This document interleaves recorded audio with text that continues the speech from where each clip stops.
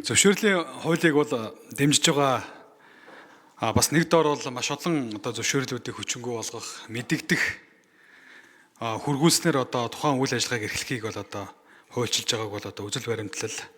За маш олон хүн суртлууд, шат дамжлагууд бол буурнаа. Энийг санаачилж байгаа бас учрал арга за мөн хамт санаачилсан гишүүдэд талархаж байна. За нэг асуудал бас байна. Анхаарах ёстой асуудал байж байгаа. Тухайлбал сая би хөдөө орон нутгаар бас явж байхад нэг суманд 28 дэлгүүр байдаг болсон. Үндсэндээ тэр сумын хүн амыг авах юм бол өвөлдөө 1000 гаруй хүнтэй.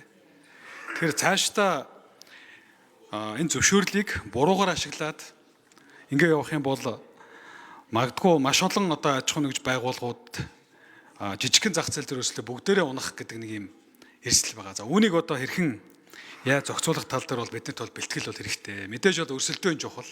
Тухайлбал Америкийн нэгдсэн улс, Австрали гэх мэт улс орнуудад зах зээлд нь тохирсон ийм цэгийг бас тодорхой хэмжээгээр бол олгодог ийм зохицуулалттай. Энэ юу вэ гэхээр зах зээл өндөр хөгжсөн оронд бол нэг талаар бол зөвшөөрөл лицензийг чөлөөлдөг. Нөгөө талаар нь урт хугацаанд тогтвортой үйл ажиллагаа явуулах энэ зохицуултууд дээр нь бол бас тодорхой зохицуултуудыг хийдэг байх нэ гэж. Энэ тал дээр бол нэлээд анхаарах хэрэгтэй байна.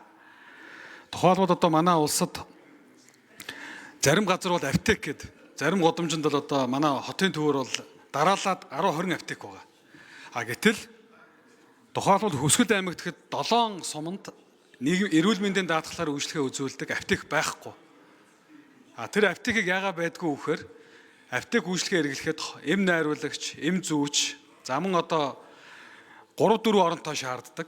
Үндсэндээ эмийнхэн зах зээл 1000-1500 орчим хүнд байдаг.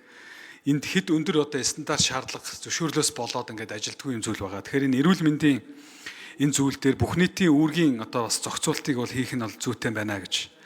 За барилгын зөвшөөрөлтөй холбоотойгоор бол хэлэхэд барилгын зөвшөөрлөөс болоод манай ихэнх барилгын ажил бол баригейтын системд орчихсон. Яагаад тэгэхээр нэг барилгын зөвшөөрөл гарахын тулд бараг 1 жил, 1 өвлийг алддаг. Энэний хугацаанд бол зээлийн хүү урсдаг.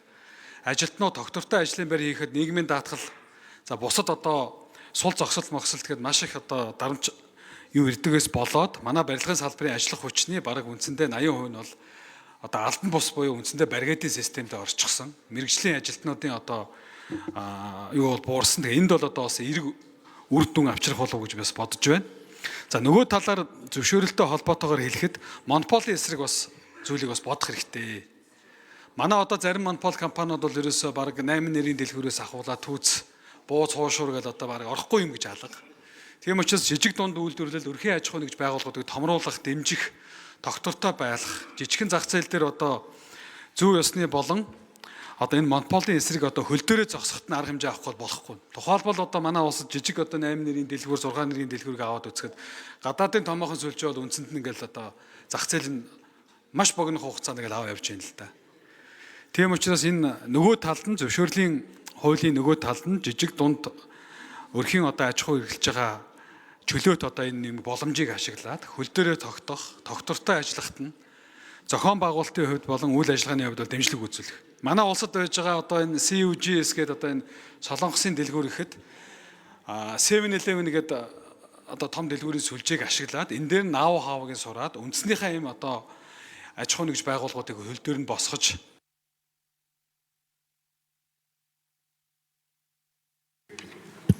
Эрдэнэт гишүүнд баярлалаа. Бямц цогт сайд